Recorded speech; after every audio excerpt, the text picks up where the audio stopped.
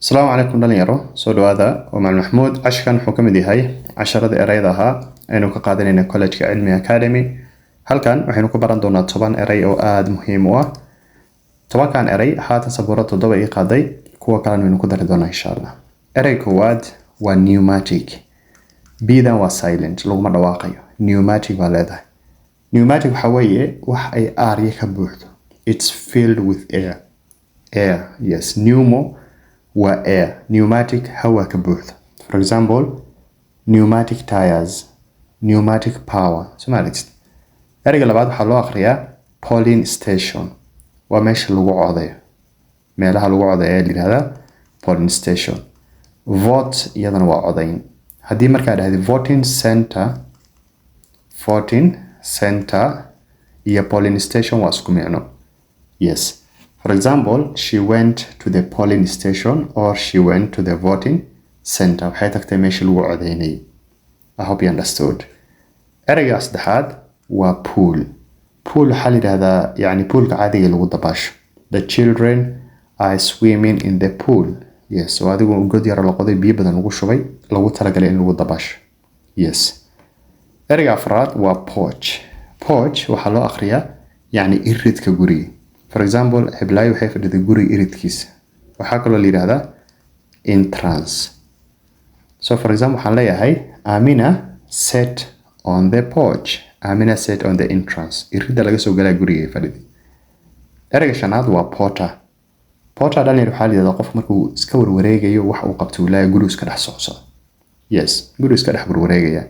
laakiin haddii aan y ku daro on pottery dhaho yani waa in dhoobo wax laga sameeyo waan xirfad la barto waa xirfadda qofka uu dhoobada wax ka sameynayo koob buu sameynayaa saxan buu sameynayaa qof wajigii buu sameynayaa taasaa la yiraahdaa pottery laakiin porter wayda markii laga reebo waxay noqonaysaa qof markuu guriga iska dhex warwareegayo wax uu qabto laay okay erayga lixaad waa premonition yes premonition waxaa la yiraahdaa dareenka qofka wax xun baa soo socda ama waxan way dhici doonaan so for example sometimes dareen baa wax iska kaalin alleele wax soo socda there's something that is going to happen qaasatan wax xun yes taas ayaa la yiraahdaa premonition so waxaan leeyahay Amina she had a premonition walwal baa hayay waxay isleed waxay ku yani niyadeedu waxay iska leed wax baa soo socda yes erayga toddobaad waxaa la yiraahdaa prickly waxaa la yiraahdaa qofka markuu dhaqso xanaaqayo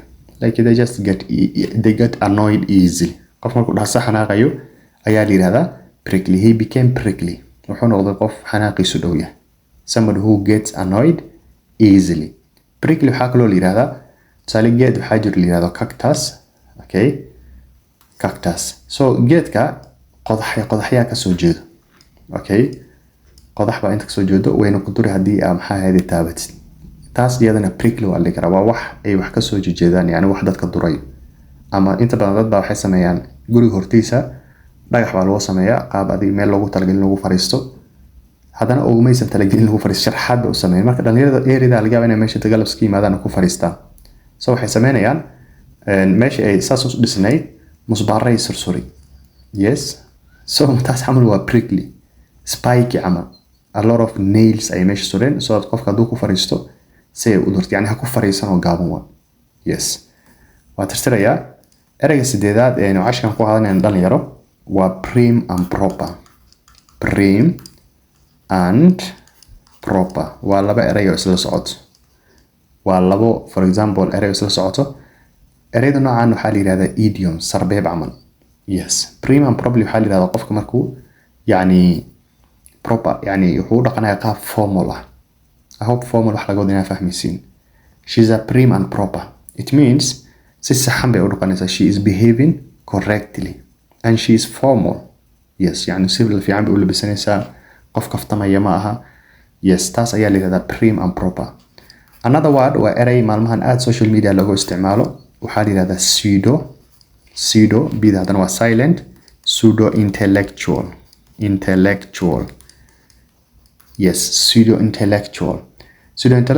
intellectual waxaa qof aqoon-yahan ah qof caqli badan qof xikmad leh pseudo waa iska yeelyeel so qofka kan wuu soo labisanayaa suud buu isku soo taagayaa dadku wuxuu kala talinayaa qoyska, dhaqaalaha, aqoonta cirka.